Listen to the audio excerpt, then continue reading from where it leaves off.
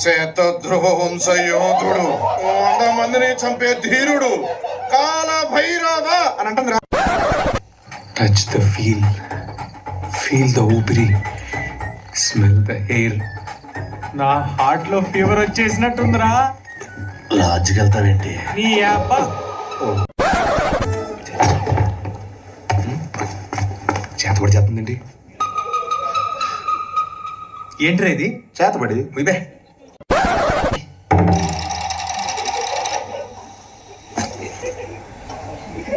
ఎరట్టు దృశ్య మంజముల వాయిసం అమరేంద్ర బాహుల అంగుళం చెప్ప మొత్తం దబ్బడం. గోరాజీ, ఇక్కడ అంగంబాలి అఘోరణ కాదురా, మీ అదృష్టం.